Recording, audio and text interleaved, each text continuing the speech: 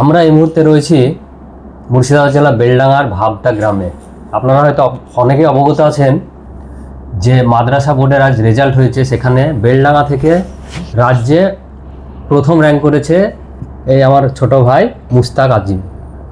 তা তার সাথে আমরা যে কিছু কথা বলবো যে সে তার প্রিপারেশন কিভাবে নিয়েছিল, আগামীতে এই যে ভিডিও দেখে অনেকেই এতে ইন্সপায়ার হবে এবং যে রেজাল্ট করতে গেলে কি কি করা দরকার ভালো রেজাল্ট করতে গেলে, সেটা আমরা এই মুস্তাক ভাইয়ের কাছে আমরা জেনে নেব। প্রথমে তোমাকে শুভেচ্ছা জানাচ্ছি যে এত ভালো যে রেজাল্ট করেছো বেলডাঙ্গার বুকে। থ্যাঙ্কস সবাই, সেই জন্য শুভেচ্ছা। থ্যাঙ্কস।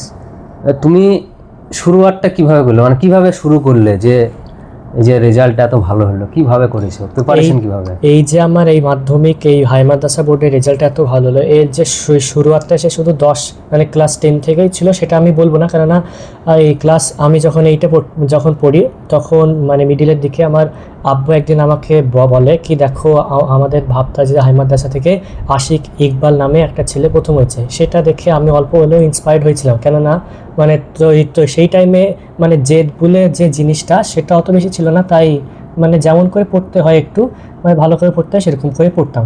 তারপর ক্লাস 9 থেকে আমার আব্বু আমার আব্বু এই যে ভাবতে যে হাই মাদ্রাসার যে হোস্টেল বিভাগ সেইখানে আমাকে ভর্তি করে দেন, ওই মানে যেন ওই যে আমার ফলটা সেটা যেন আর একটু উন্নতি ঘটে আর যে কম্পিটিশনটা যেন আর একটু ভালো হয়।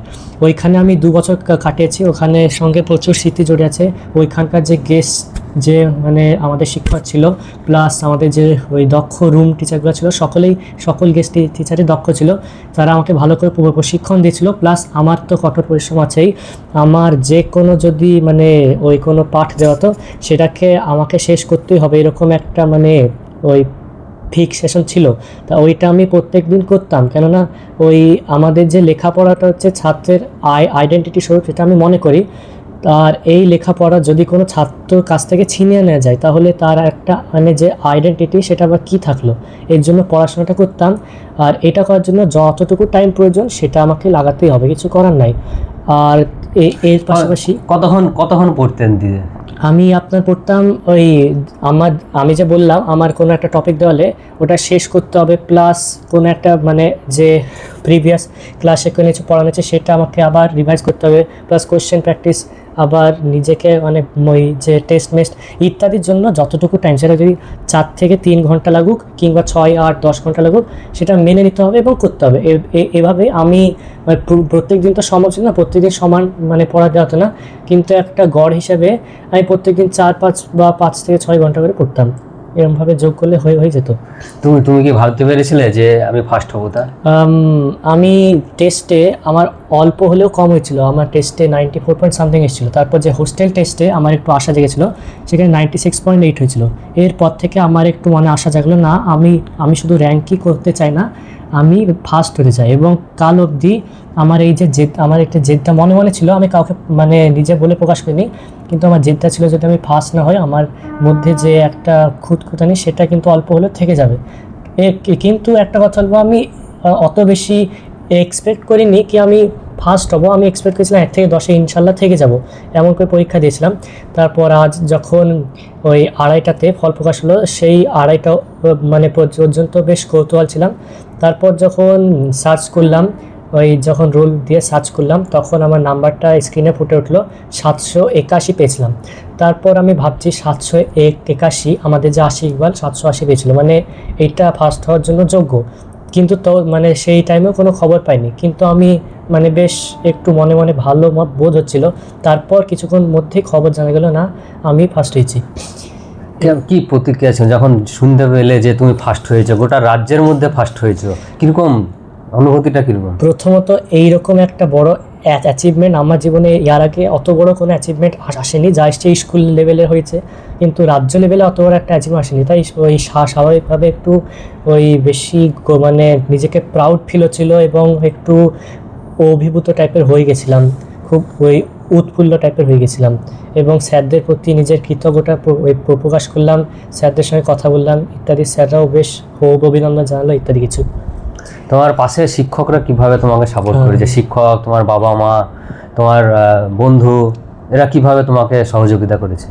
প্রথমত বলি শিক্ষকদের কথা। আমি ভাবতাম যে হাই মাদ্রাসা পড়তাম, সেখানকার যে হোস্টেল ক্ষেত্রে আমি ছাত্র ছিলাম, সেখানকার যে মানে গেস্ট যে টিচারগণ তারা প্রত্যেকেই দক্ষ ছিল। মানে এরকম মানে একটা ছোটোখাটো ভাবতে হয় যে হোস্টেল, আমি ছোটোখাটো প্রথমত বলছি, ওই এরপর আপনারা বুঝতে পারবেন সেটা মানে কত মূল্যবান। ওইখানকার শিক্ষক এত দক্ষতারে এইটা দেখে আমরা সবাই মানে কোনো টাইম সারপ্রাইজড হতাম। আর এরকম দক্ষ শিক্ষকদের প্রচুর ভূমিকা ছিল। আমাদেরকে নিয়মিত মানে কথা বলতো মাধ্যমিকে কী করবা কী না করবা, মাধ্যমিক বেসডে আমাদের পড়ানো হতো। প্লাস আমাদের যে হাই মাদ্রাসার শিক্ষকরা ওরা সমানভাবে দক্ষ ছিলেন। ওই আমাদের কেউ পিএইচডি করা টিচার ছিলেন, কিন্তু যে মানে কারো যে পদ বা কত ডিগ্রি আছে সেটা ম্যাটার না, সে আমাকে ক্লাস করছে। এটা আমি বলছি প্রত্যেক টিচার আমাদের, বিশেষ করে ম্যাথের টিচার, ফিজিক্সের টিচার, এরা একটু বেশি দক্ষ টাইপের ছিল। এরা সব কিছু মানে ওই বুঝতে পারতেন কোনটা কেমন করে পরীক্ষা দিতে হয়। এর পাশাপাশি আমার বেশ বন্ধু বান্ধব ছিল, সবাই আমাকে সাপোর্ট করতো। যে সবাই আমাকে মানে কেউ আমাকে ডিমোটিভেট করতো না কি তুমি র্যাঙ্ক করতে পারবে না, হ্যান ত্যান ইত্যাদি। তাই আমাকে সবাই মানে আমাকে মানে পুশ করতো কি আমাকে কিছু ভালো করে করতে হবে। আমার প্রায় সবাই বন্ধু ছিল। তুমি পারবে সেটা একটা সেটা সাহস দিত। হ্যাঁ, সেটা একটা সাহস দিত। কি হওয়ার ইচ্ছা আছে বড় হয়ে? ওই আমাদের এই যে ওই সারগাছিতে জেড একাডেমিতে নিট এবং জেইর কোচিং করানো হয়, সেখানে আমি ভর্তি হয়েছি। ওইখান থেকে আমার মানে ক্লাস 8 থেকে আমার ইচ্ছা ছিল, আমার বাবা আমার মা সকলেই চেয়েছে এবং আমিও এখন সেটাই লক্ষ্য বানিয়ে নিয়েছি কি আমি নিট যে exam, all India NEET exam, medical exam, এটাকে ক্র্যাক করে একটা মানে সম্মানীয় একটা ওই মেডিকেল কলেজে ভর্তি হয়ে ডাক্তার হতে চাও? ভালো এই মানে একটা ভালো চিকিৎসক হতে চাই। প্লাস এর পাশাপাশি অনেকগুলো হবিও আছে, সেগুলোও আমি একটু করি। যে পড়াশোনার পাশাপাশি আর কি কাজ করতে? পড়াশোনার পাশাপাশি ওই কোনো টাইম যখন সব ছেলেপেলেরা খেলতো, আমাকে খেলাধুলা তো মানে ভালো লাগতো না বলবো না, কিন্তু আমি খেলতাম না। আর আমি মানে গান গাইতে ভালো লাগতো। প্লাস ওই কোনো টাইম পোয়েট্রি, তারপর অনেকগুলা গল্প ইত্যাদি লিখতাম। আর কোনো টাইম ঘুমিয়ে থাকতাম। এখন তো তোমাদের বয়সী সবাই বেশিরভাগ ফ্রি ফায়ার, পাবজি এইসব মোবাইলে গেম খেলতে ব্যস্ত থাকে, সেসব গেম কি খেলেছো কোনোদিন? হ্যাঁ, আমি এই মাধ্যমিক পরীক্ষা থেকে এসেই বেশ কয়েকটা গেম খেলেছিলাম। এর মানে বাপ মাকে অত জানাইনি, কিন্তু গেম খেলেছে মানে অত মানে খারাপ গেম না। কিন্তু আমাদের যে আমাদের কম্পিউটার আছে, কম্পিউটারে আমি গেম খেলতাম, আমার গেম খেলার অভ্যাস আছে। আমি ফোন অত দেখতাম না, কম্পিউটার দেখতাম। কিন্তু এত কিছু থাকার পরে আমি ডিস্ট্র্যাক্টেড এবং ডিমোটিভেটেড নিজেকে কোনোদিনও করার চেষ্টা করিনি। কেননা পড়াশোনা ছাত্রের আইডেন্টিটি, পড়াশোনাকে কোনো কিছু দিয়ে সাবস্টিটিউট করা যায় না। যে এমন করে হোক, যত ঘন্টা লাগবে পড়াশোনাটাকে আগে রাখতে হবে, তারপর এসব যদি এনজয় করতে হয় করো। আর সেটা যেন তোমার নৈতিকতাকে হিট না করে। মানে তুমি পড়াশোনার পাশাপাশি সব কিছুই করেছো, যেমন সোশ্যাল মিডিয়াতে অ্যাক্টিভ ছিলে, তারপরে গেমও খেলতে, এছাড়াও গান গাইতে, হবি এইসব মানে সব কিছুই তুমি নিজে পার্সিউ করে পড়াশোনাটাও করে গেছো। হ্যাঁ, আমি আপনার মানে ওই যে সোশ্যাল মিডিয়ার কথা বলি, আমি সোশ্যাল মিডিয়ায় অ্যাক্টিভ ছিলাম বলতে আমার ইনস্টাগ্রাম বা ফেসবুক এরকম কিছু একটা ছিল না। কেননা মানে এখানে ওই যে মানে এর জন্য না কি ওখানে গেলে আমার যে পড়াশোনায় ক্ষতি হতে পারে এইটাও মাথায় আসেনি। এমনি ভালো লাগতো না এরকম মানে একটু ওই ক্রিঞ্জি টাইপের ওই সব জিনিস, তাই এরকম ভালো লাগতো না। আর এমনি যদি কোনো কিছু এন্টারটেনমেন্টমূলক করতে হয়, সেটা করতে আমি কোনোদিনও মানা করছি না, কারণ আমিও করে গেছি, কিন্তু পড়াশোনাটাই করতে হবে, এটা আমার বাণী।